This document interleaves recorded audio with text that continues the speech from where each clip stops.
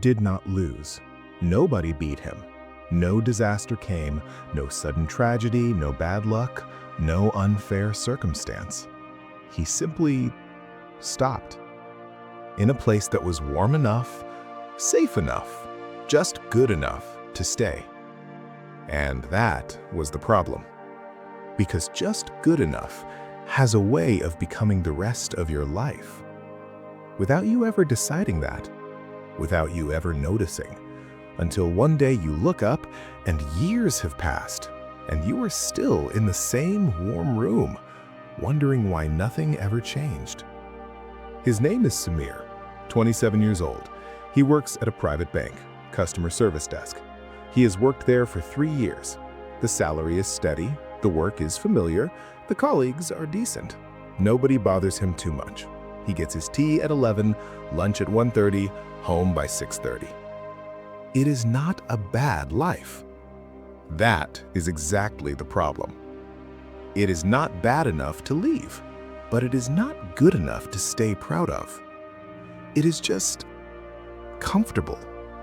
And Samir has been comfortable for so long, he has forgotten that comfortable was never the plan. At 23, he had a plan, a clear one. 2 years at the bank, save money, study for the civil services exam, change everything. 2 years became 3. Studying became meaning to study. Meaning to study became buying the books. Buying the books became putting them on the shelf. The shelf became a reminder. The reminder became background noise. And the background noise became silence. His old college friend Nikhil visited last month. They sat at a dhaba near Samir's house. Nikhil had just cleared a government exam. 3rd attempt, 4 years of preparation, a lot of failure in between. He was not rich, not settled yet, but his eyes were different. There was something in them Samir recognized, but could not find in himself anymore. Certainty. Not about the future, certainty about the direction. They talked for 2 hours. At the end, Nikhil said, "Samir bhai, you were the sharpest one in our batch." Samir laughed, said, "That was a long time ago." Nikhil looked at him and said, "Sharpness does not go anywhere. It just rusts when you stop using it." Samir laughed again, but walking home alone, he did not feel like laughing. That night he could not sleep. He lay on his bed staring at the ceiling, the fan above him turning slow and steady. The same fan, the same ceiling, the same room he had told himself was temporary 3 years ago. He got up at 2 in the morning. He went to the shelf. He pulled out the books, Civil Services, General Studies, 3 volumes, untouched. He opened the first one. The spine cracked slightly, the way a book cracks when it has never been properly opened. He sat on the floor with it. He read 3 pages, and then he stopped. Not because it was difficult, because it was not. He understood it easily. He turned the pages, familiar territory, things he had read years ago coming back quickly. He was not behind because he was incapable. He was behind because he had not shown up. That was the whole truth. Sitting on the floor at 2 in the morning, that was the whole truth. He put the book down. He looked around the room. The steady comfort of it. Everything in its place. Everything predictable. Everything safe. And he felt, for the first time in 3 years, how dangerous that safety was. Not dangerous like a storm. Dangerous like deep, still water. The kind you don't notice pulling you down because it is so quiet about it. Comfort does not announce itself as the enemy. It arrives as relief. It stays as routine.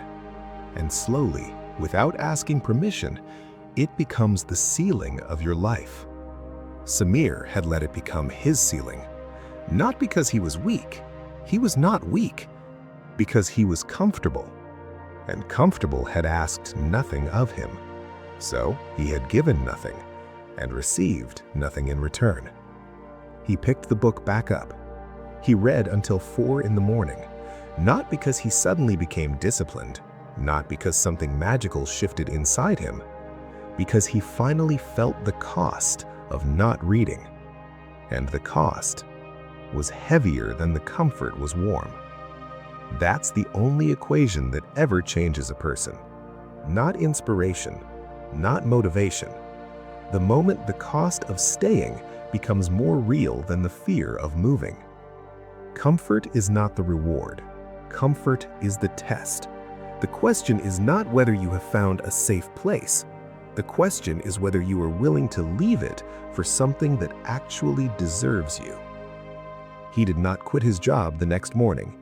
He did not make a dramatic announcement. He set his alarm for 5. He woke up when it rang. He made tea in the small kitchen.